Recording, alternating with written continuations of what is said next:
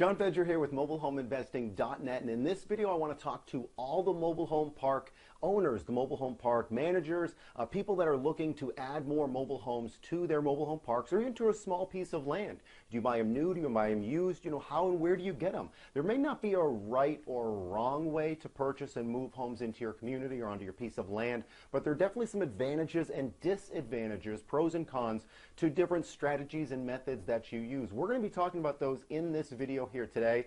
Before we talk about these strategies, it's important to understand your real world situation. Close your eyes and really just imagine the park. Be real with yourself about the condition of the park, the location, local rules and laws about moving homes, the ages and the sizes that you can move them to, into your local community, your city, the area, because different areas have different rules and regulations of what you can do.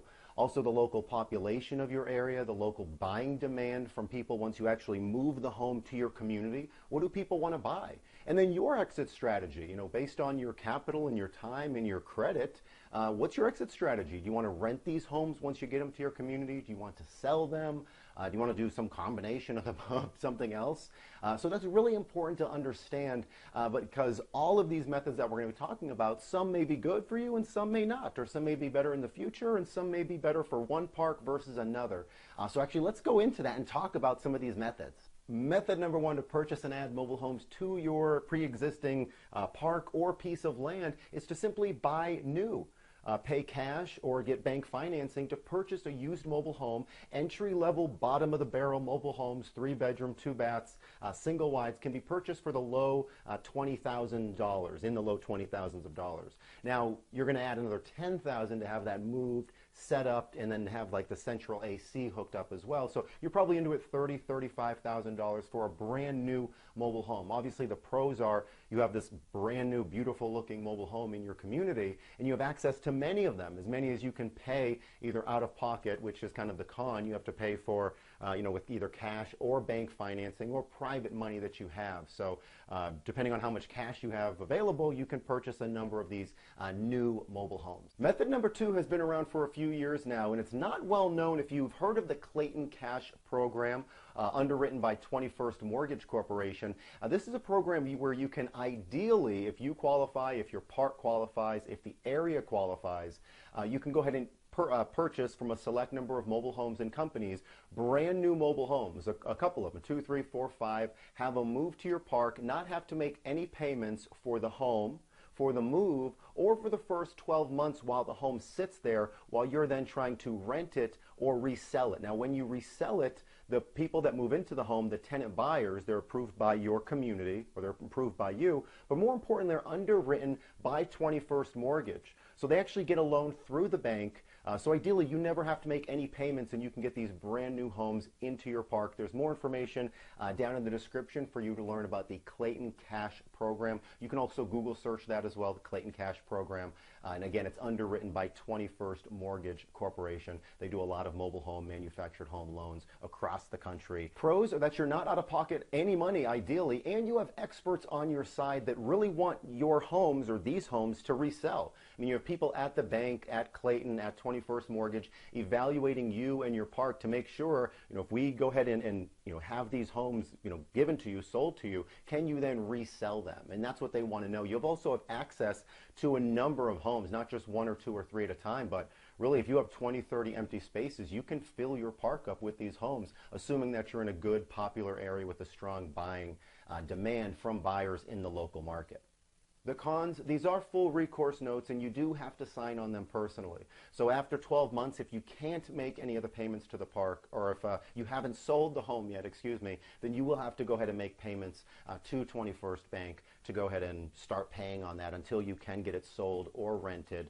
So then you can then start bringing in money. And this is available in most states. There's a few states in the New England area where this program doesn't exist yet, but it is available in most states. Method number 3 is very proactive. Now this turns you into an official, unofficial mobile home investor where you're going to be purchasing mobile homes from the sellers, from the owner occupants. And I would encourage you to, when you're finding these leads, whether it's in the local newspaper or Craigslist, I encourage you to go wide with your search. 3 hours from your park, 3 hours from your home location, or where your park is rather, I would like you to be aware of what is for sale, and be aware of what's for sale that must be moved. If that's in the paper, or if it's online at the AmericanClassifieds.com or the Penny Saver or Craigslist, make sure to be looking for homes that must be moved. Because if you move a home, or if you find a seller that's selling an affordable, attractive, beautiful looking mobile home that you want to purchase and it's a few hours away, you might purchase that home and rip it out of that community. Now, that might not be a big deal for you, and you may never do another deal in that community again, but be cautious. This is a small world, even though it's a big country. This is a small mobile home investing world that we all live in, and your reputation can get around. So you wouldn't like people ripping homes out of your park. Try not to rip homes out of other people's parks, at least without talking to the park manager. Some park managers are brutal, and they just have first right of refusal. They will lay down in front of a truck if that mover comes and takes it. And other parks understand that that's what you're doing, and that's fine. Give us 90 days notice. Make sure the lot is clean when you move it. Just make sure to have some respect for that park if you're moving it from a park. But like I said before, this strategy is turning you into basically a mobile home investor, but I encourage you again to have a wide territory. If you're moving a home in from 20 minutes away, 30 minutes away, that's great. You can tell your mover to then move a home from an hour, 2 hours, 3 hours away from you. That's obviously going to cost you a little bit more money because of the time, the transportation costs, the driver's expense, and because they're moving longer, they're going to charge you more money. But if you're getting a good deal and you have access to more and more properties the further you go out, it just might be a matter of time, to find enough sellers, over time. Again, this strategy is not going to give you access to unlimited homes. You have access to the homes that are for sale based on the criteria you want, what you want to purchase those homes for, how flexible you are, how patient you are. You can purchase anywhere from 10 homes a year, move them into your park, to 20 or 30 if you're very aggressive and you kind of not overpay, but you have a lot of capital to pay. But absolutely knowing who has what for sale, making offers on a regular basis, following up, and being able to purchase the homes that you can purchase for an attractive price and then move them to your community. Very, very viable source of homes. You might have to put some repairs into the homes once you move them into your community, but that's to be expected. Strategy number 4 to fill up your mobile home park is at the same time both proactive and quite passive at the same time. You are going to proactively advertise, both online and offline, your great move-in incentives. And those move-in incentives are, depending on the age of the mobile home and the size of the mobile home, and the condition of the mobile home, maybe the roof condition as well as the siding and just the overall look. Based on that, you will pay for 100% of the moving cost and the setup cost for a civilian, a non-resident, to then move their home into your community. And I said civilian, I didn't mean military or anything like that, but just a non-resident, into your community. You're going to go ahead and pay for that move and setup to make it super easy for them. They're unhappy where they are, or they just bought a mobile home and they don't know where to move it. You will pay for that move and setup. How great of you to do that. Now make sure that you are advertising in as many mediums as you can to see what works and what doesn't work. Also, make sure that you have your resident that comes in. They obviously have to be approved by you or the park manager, but then also make sure that they sign in a form saying that they will keep their mobile home there for X number of years. 5, 7, 10 years is not out of the question for you to recoup your money and to make a serious amount of profit off of that mobile home. Plus, you're moving homes into the park, you're increasing the value of the park, the revenue of the park, the sales price in the future of the park. So depending on your area, you may or may not get a number of folks wanting to move their homes in. Again, telling people within the park as well that you are offering this program is going to be a good idea, because they'll tell their friends and their family as well. So the pros are that you really don't have to do much. Once you create advertising and marketing for this, and this is your move-in incentive program, it's sort of just waiting to see who wants to move in. Strategy number 5 is absolutely something you should be doing locally and statewide. It's getting in contact with repo lots, repossession lots for mobile homes, and also new and used manufactured home dealers. Now, you can contact these dealers through your local state's manufactured home organization. You can get a list of dealers with the dealer lots, but know who these people are and have them know who you are, with the salespeople there, with the general manager in the repossession lots, and the new manufactured dealers lots as well. Now, these are companies that deal with the general public, and there's going to be kind of 2 ways that you can be of value to these companies.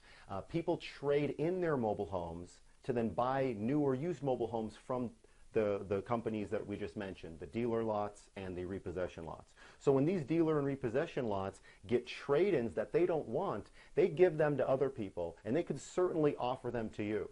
So make sure that these dealer lots know what you're looking for, and in the event they don't want a home, they can refer it to you. Now, secondly, they have people that come in and buy these newer used homes, and they don't have anywhere to put them.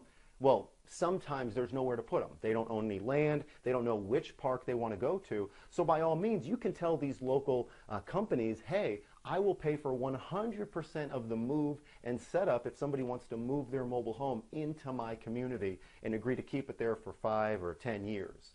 So getting in touch with local repossession dealers and local mobile home dealers will be very helpful for that. And the pros are, it's just a free phone call. Go in, meet, mingle with the salespeople, with the general managers, find out what they get, how often they get things, and if there's some sort of list that you can put your name and phone number onto, so when people come in and they need somewhere to move their homes to, they can call you. And then also if the dealers get any homes they don't want, they can call you as well.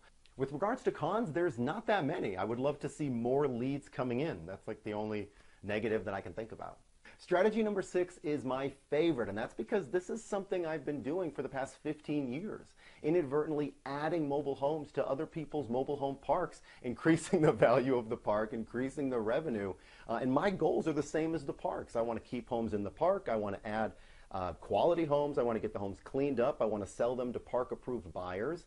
The advertising that I do generates more foot traffic through the park, and I'm going to pay lot rent, rain or shine, whether I get paid from my, the person I have in the home. I'm going to make sure lot rent gets paid, or those investors that work in your park, they're going to make sure lot rent gets paid, rain or shine. Right now, for all the mobile home park owners watching this video, if you are looking to have mobile home investors locally add mobile homes to your community, or at least approach you to add mobile homes to your community to see if the home is the right fit with regards to the size and the age and the condition. If you're looking to have more homes added to your community, I'm working with a number of investors around the country. I'm working with them, also not working with them, and they're just there doing their own thing. If you want to be in contact with these local investors, you can put a Craigslist ad out. That would, let them kind of know. Most people use Craigslist as just everyone uses Craigslist. So if you put an ad out as a park owner saying, hey, got great moving incentives, call me up, that's going to get a lot of people interested, in your local Craigslist. You can also go ahead and email me personally at John, John, at mobilehomeinvesting.net. John at mobilehomeinvesting.net, and reach out to me and tell me who you are. Tell me where you're located. Tell me how many vacant spots you have, what you're looking for. And we're really looking for park owners that will pay for 100% of the move and setup. I know that is a large amount, $2,000, $5,000, $10,000 more or less, maybe less if you actually own the mobile home toter, but that is really what we're looking for to be competitive, to actually move a home into your community and keep it there. There typically are people or are parks nearby that will do that, so if you're currently not doing that, you don't have a budget for that, email me anyway and let me know the best incentives you can do. Potentially there's something we can do to work together. But ultimately I just want to connect you and any local mobile home active investors. The pros to working with a reliable and competent and very proactive real estate investor are that you're actually working with somebody that has the same vision as you. I mean, they want to make money with the individual homes, but they're going to keep the homes there. They're going to pay lot rent. They're going to get good people in there.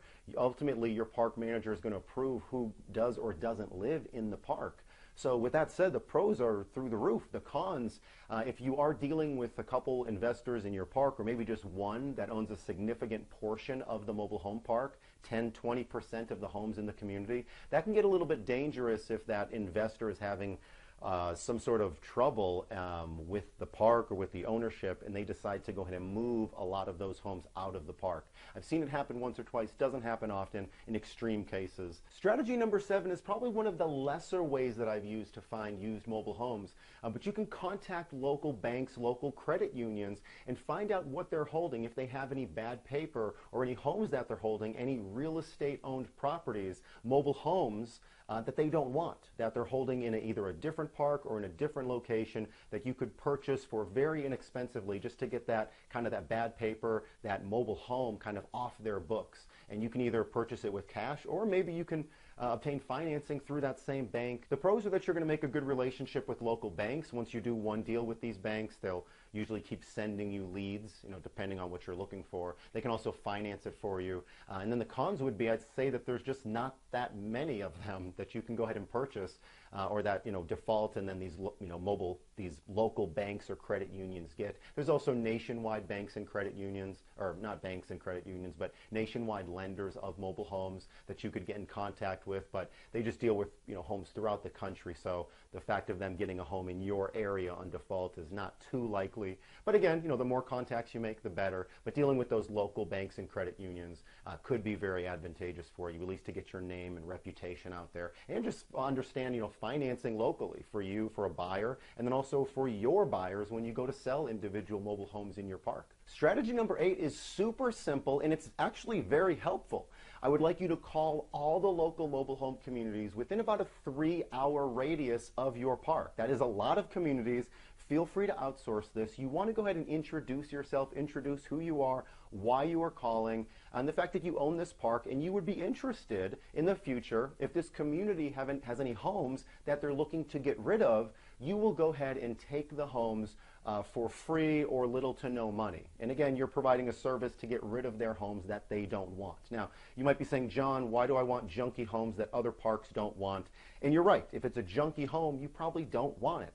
But some mobile home parks, especially the ones that are 4- and 5-star, really nice parks, they will get rid of homes from the 1990s for next to nothing or free. And I've seen it happen a number of times. And again, those nicer parks get rid of nicer homes that may be nicer than any other home in your community. Now, that may or may not be the case, but you don't know, so absolutely make sure to either outsource this or do it yourself. Reach out to local mobile home park owners or park managers, the people that are right there and see and are living, what's going on in the park every single day. So if you have any questions or concerns with that, please let me know. The pros are that this is free, and you can call parks when you have time, or you can outsource it even better. And you're going to pay at a very, very steep discount for what these homes are worth. Now, you will have to pay for the moving cost. As a con, you will have to probably do some repairs to these homes as well. But that's to be expected because you're buying them for such a cheap cost. Strategy number 9 is beautiful because it's very passive and it's very win-win. You're getting in touch with all the local mobile home movers, the mobile home transportation companies that you know, that you don't know yet. You contact other local mobile home parks, ask who they use for mobile home movers. Google search mobile home transportation companies in your state and in your area. Call up the local mobile home movers, and call up local mobile home handymen that you know that you will be introduced to, and ask them to keep their eyes and ears out for any mobile homes that fit your criteria. You'll be happy to use them to fix up that home. You'll be happy to maybe pay them a small finder's fee, or use the mover to obviously move the mobile home into your park. So movers are on the ground. Repair people are dealing with mobile homes, almost all the time. Movers the same way. So really letting them know who you are, being that squeaky wheel is going to be so important. There's cost little to no money, just time to befriend these movers and repairmen and be clear and letting them know what you want. And what you can give to them, and kind of following up with them. Cons, again, I'd say, I wish that there was more of these. I've gotten a number of great leads from my movers and handymen. I would just love more of them. And maybe that's my fault for not actually contacting and reaching out to more movers, more transportation people, more handy people, to let them know who I am, what I'm looking for. Because it's certainly not their fault that they don't know me. It's my fault that they don't know what I'm looking for. Method number 10, occasionally mobile home parks close. The owners decide to sell to somebody that wants to do something else with the community. They want to build condos, townhomes, a shopping mall, who knows? Maybe that's your goal, is to sell out to one of those developers, or you never want to do that.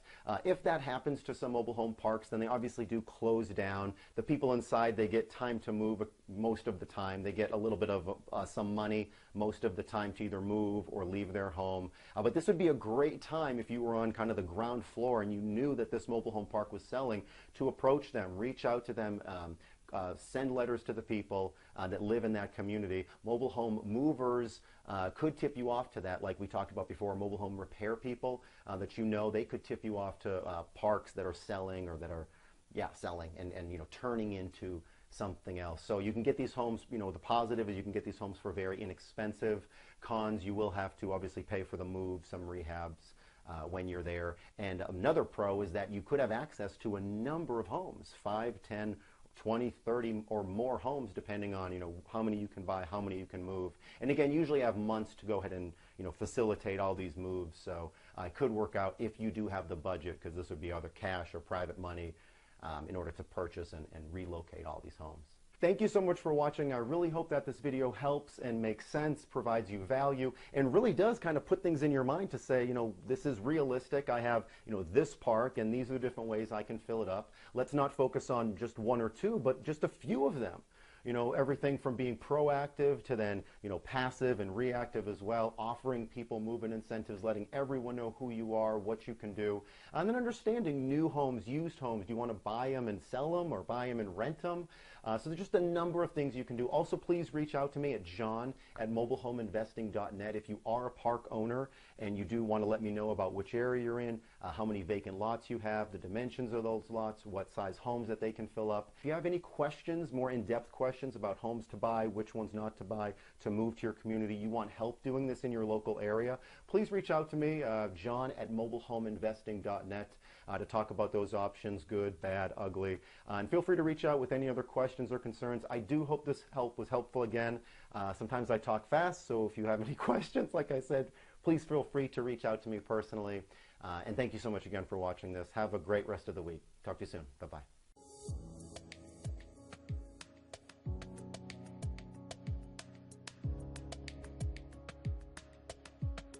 Again, you might want to invest in a mobile home toter.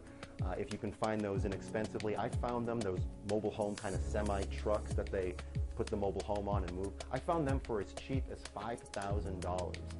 Somebody I called up, he was like, just burnt out mobile home mover, didn't want it anymore, was selling his business, $5 grand. So I don't think that happens very often, but just keep your eyes open. It may be something that you would be interested in, that type of business, just to help save costs if you plan on moving 10, 20, 30 homes or 100 homes or more over your career.